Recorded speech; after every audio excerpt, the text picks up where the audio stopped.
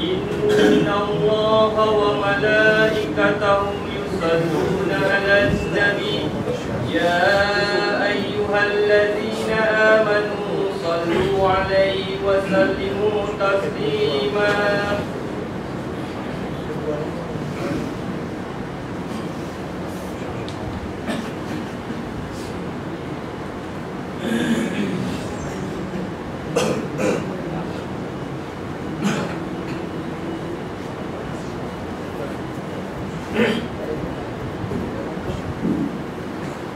Assalamualaikum warahmatullahi wabarakatuh.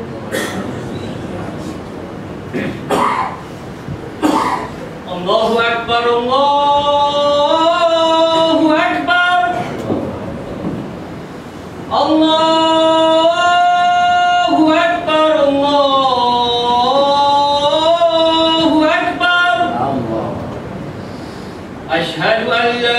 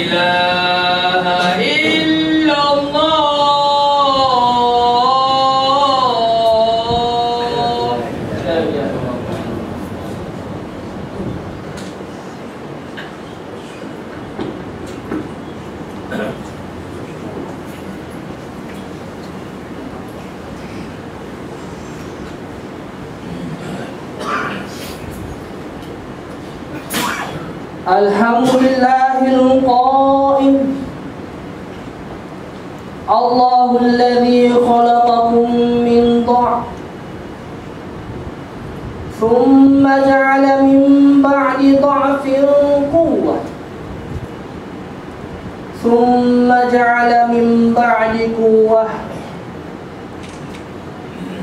thumma ja'ala min ba'di quwwatin dha'fan wa shaybah yakhluqu ma yasha wa huwal alimul qadir. Ashhadu an la ilaha illallah wahdahu la sharika lah wa ashhadu anna Muhammadan abduhu wa rasuluh. Allahumma salli wa sallim ala sayyidina Muhammad wa ala alihi wa sahbihi ajma'in. Amma ba'd, faya ibadallah, ittaqullaha haqqa tuqatih wa la tamutunna illa wa antum muslimun.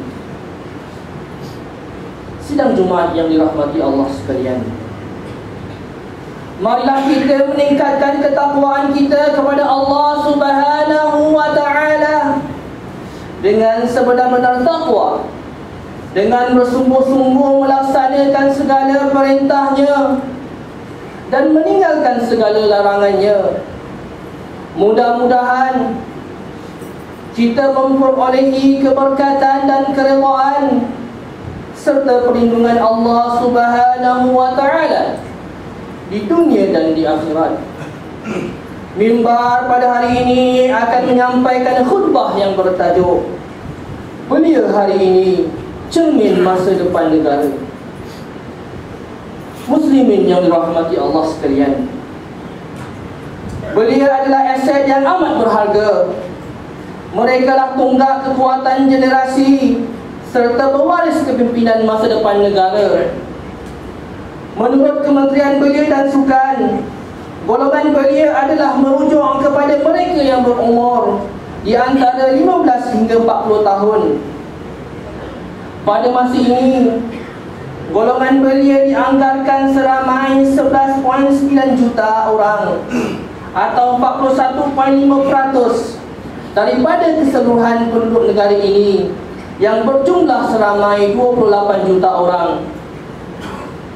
Golongan belia merupakan tonggak sesebuah negara kerana golongan inilah merupakan generasi pendorong dan menjadi warisan masa depan umat Islam, sama ada kita akan semakin maju ataupun membangun ataupun mundur.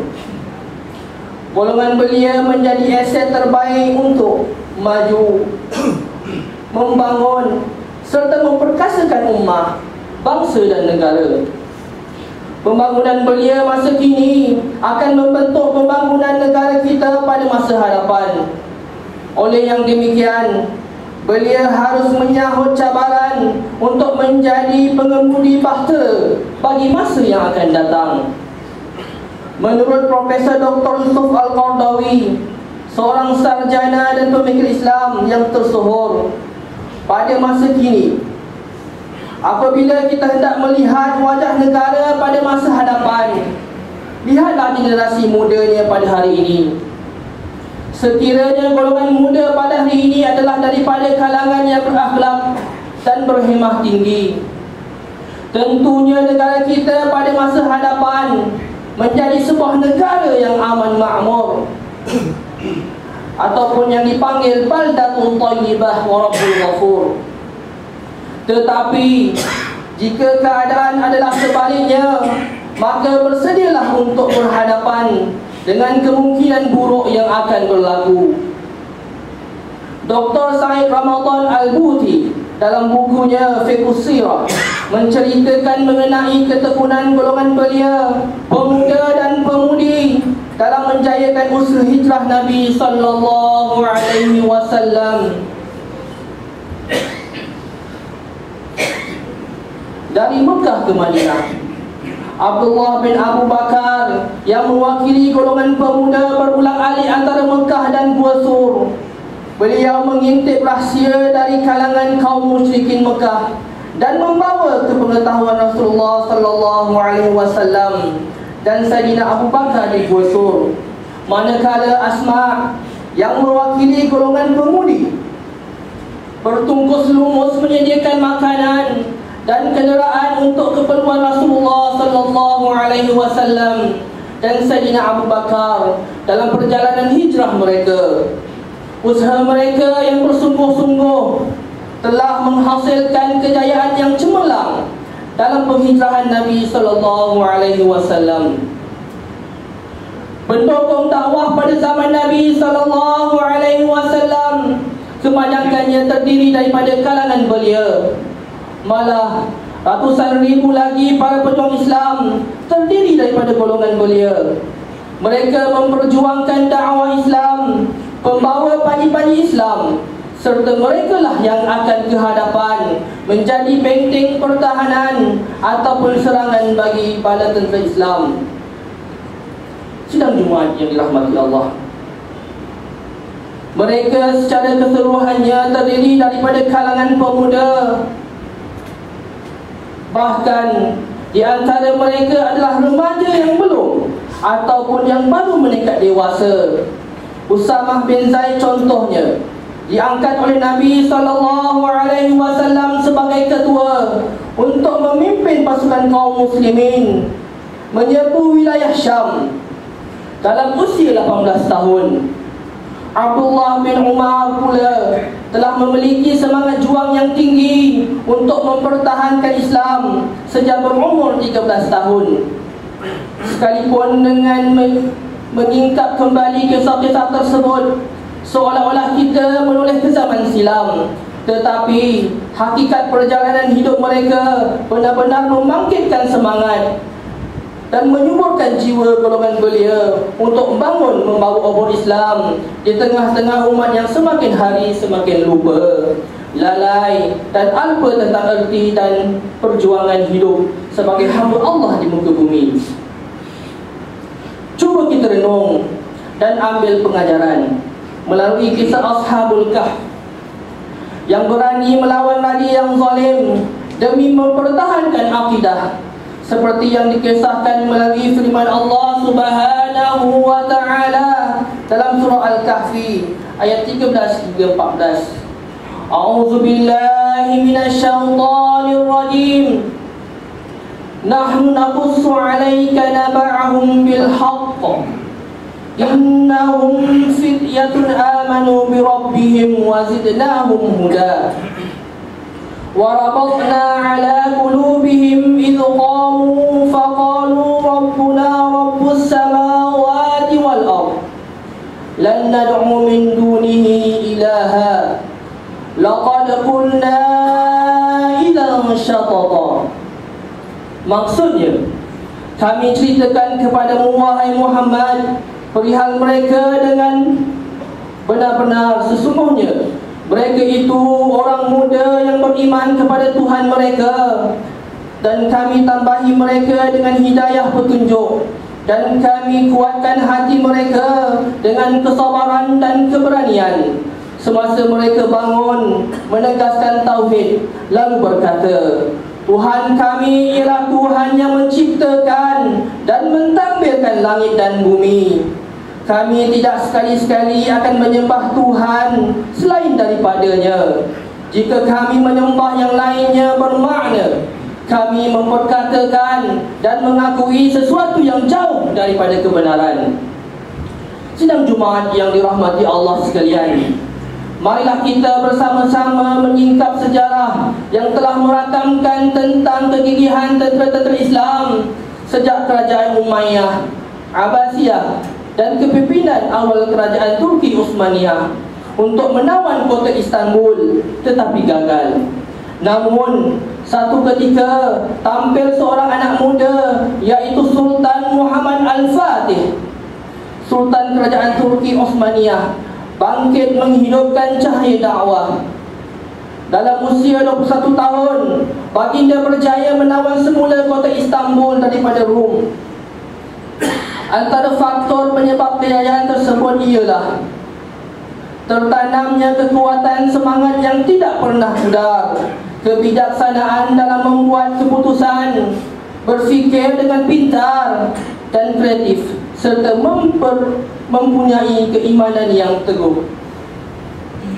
Kota tersebut menjadi laluan dan menjadi pintu masuk penyebaran Islam di Eropah.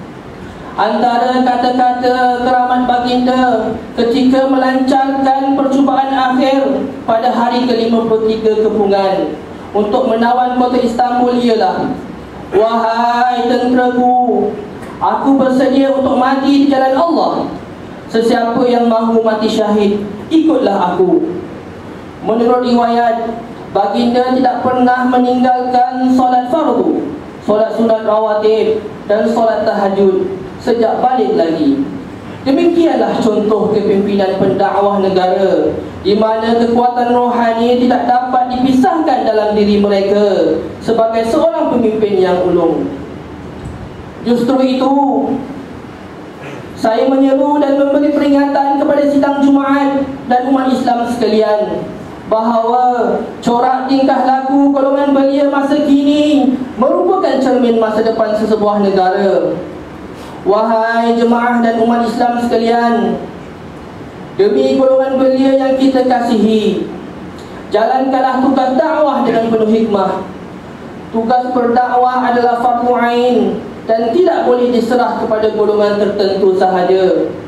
Sebaliknya, dalam usaha membentuk akhlak murni golongan belia yang besar ini, maka mimbar menyeru semua pemimpin dalam pelbagai peringkat, marilah tampil ke hadapan, bertindak sebagai pendakwah negara sebagaimana yang ditunjukkan oleh Rasulullah sallallahu alaihi wasallam. Semoga dengan itu belia pada hari ini akan mampu menjadi penyambung perjuangan Islam pada masa yang akan datang. Sidang Jumaat yang dirahmati Allah, Kerajaan Malaysia telah menetapkan tarikh 15 Mei setiap tahun sebagai Hari Belia Negara bagi mewujudkan belia-belia yang berilmu dan bermaklumat dengan memperbaharui ikrar dan tekad ke arah pembangunan diri dan negara sebagai asas kepada pemimpin masa hadapan.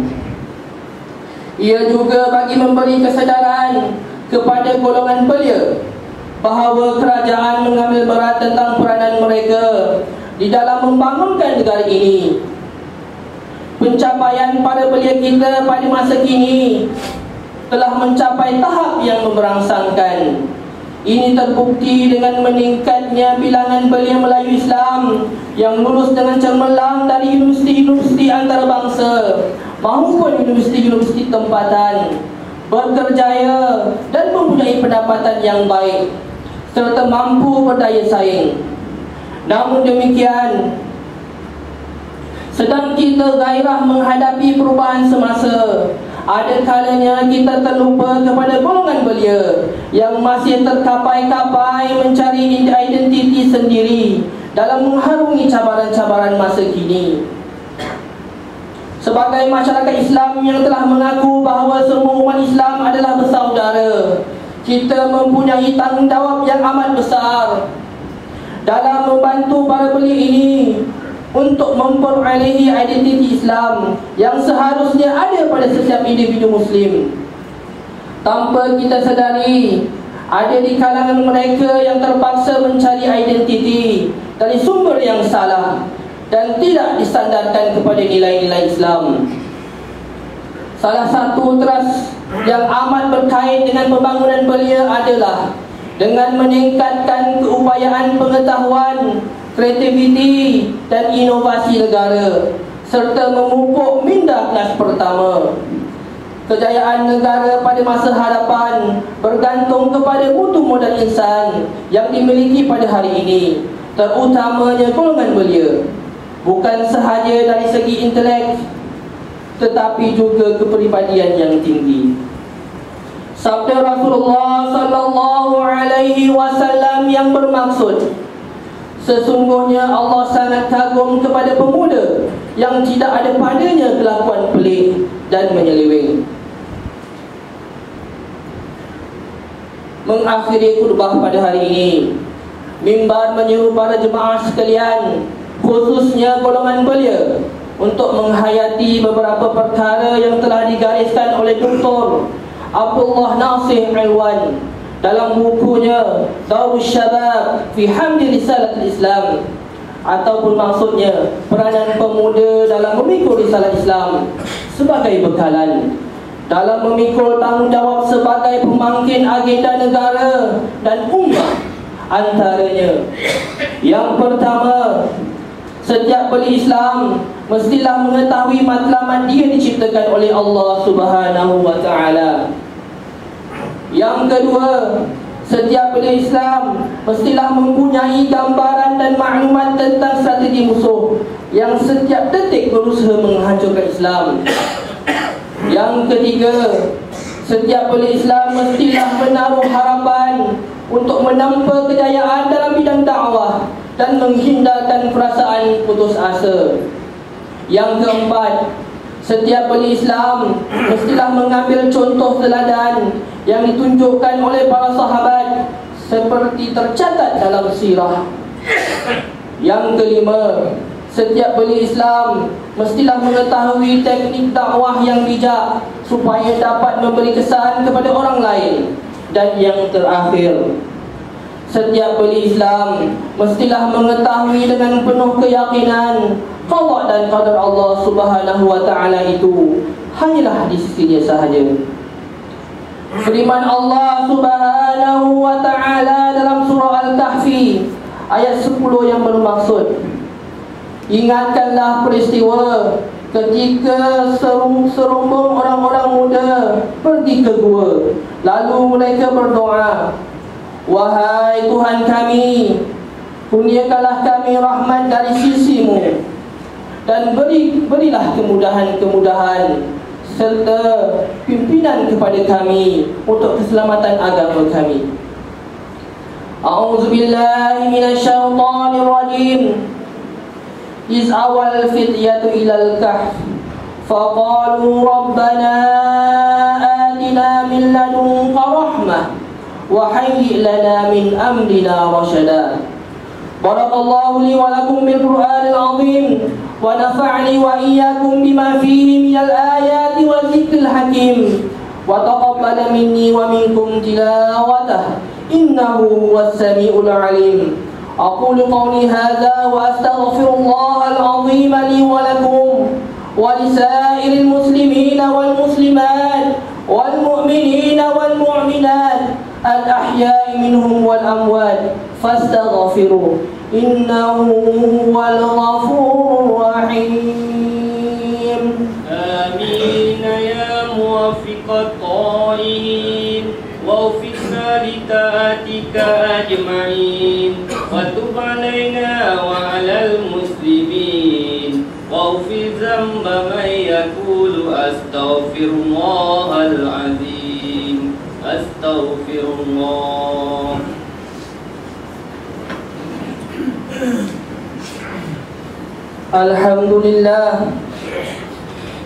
Alhamdulillah nahmaduhu wa nasta'inuhu wa nastaghfiruh wa nu'minu bihi wa natawakkal alayhi wa na'udzu billahi min shururi anfusina wa min sayyiati a'malina. Man yahdihillahu fala mudilla lahu wa man yudlil fala hadiya lahu. Ashhadu an la ilaha illallah wahdahu la syarika lah wa ashhadu anna sayyidina wa nabiyyina Muhammadan abduhu wa rasuluh. Allahumma salli wa sallim wa barik ala sayyidina wa nabiyyina Muhammad wa ala alihi wa sahbihi ajma'in. Amma ba'd. Faya ibadallah ittaqullah wa kunu ma'as sadiqin. Qala Allah ta'ala inna Allaha wa malaikatahu yusalluna 'alan nabi ya ayyuhalladzina amanu sallu 'alaihi wa sallimu taslima.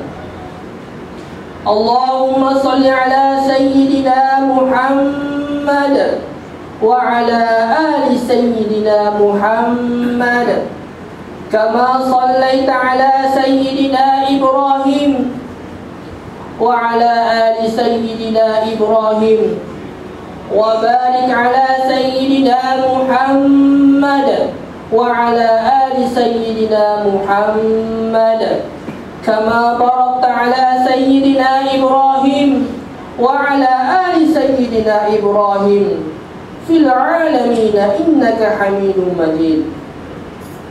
Allahumma ighfir lil muslimina wal muslimat wal mu'minina wal mu'minat al ahya'i minhum wal amwat. Ya Allah, ya Rahman, ya Rahim, Kau limpahkanlah rahmat dan keampunan-Mu ke atas pemerintah-pemerintah kami dan pemimpin-pemimpin kaum muslimin yang telah menjalankan hukum hakam-Mu dengan kebenaran dan keadilan, terutama kepada Sri Paduka Baginda yang di-Pertuan Agong Al-Muqtasim Billah Muhibbuddin Tuanku Al-Haj Abdul Halim Mu'azzam Shah Ibni Almarhum Sultan Badri Shah, dan Tuan yang terutama yang di-Pertua Negeri Melaka, Ya Sattar, Ya Alim, Kau kurniakanlah kerahmatan dan keselamatan, penjagaan dan perlindungan ke atas negeri kami. Kau jadikanlah rakyatnya bersatu padu, berilmu pengetahuan dan berakhlak mulia. Kau lindungilah kami dari perpecahan dan fitnah memfitnah. Kau berkatilah kehidupan kami, ya Allah, dan Kau hindarilah negeri dan negara kami dan umat Islam keseluruhannya dari bencana dan bahaya. Rabbana hab lana min azwajina wa dhurriyyatina qurrata a'yun waj'alna lil muttaqina imama. Rabbana zalamna anfusana wa in lam taghfir lana wa tarhamna lanakunanna minal khasirin. Rabbana la tuzigh qulubana ba'da idh hadaytana wa hab lana min ladunka rahmah innaka antal wahhab. Rabbana atina fid dunya hasanah wa fil akhirati hasanah wa qina azaban nar wa qina azaban nar wa qina azaban nar. Ibadallah, inna Allah ya'muru bil adli wal ihsan wa ita'i dzil qurba wa yanha 'anil fahsya'i wal munkari wal baghi ya'izukum la'allakum tadhakkarun. Fadhkurullaha al-'azima yadhkurkum washkuruhu 'ala ni'amihi yazidkum was'aluhu min fadlihi yu'tikum wa li dzikrillahi akbar. Aqimis shalah.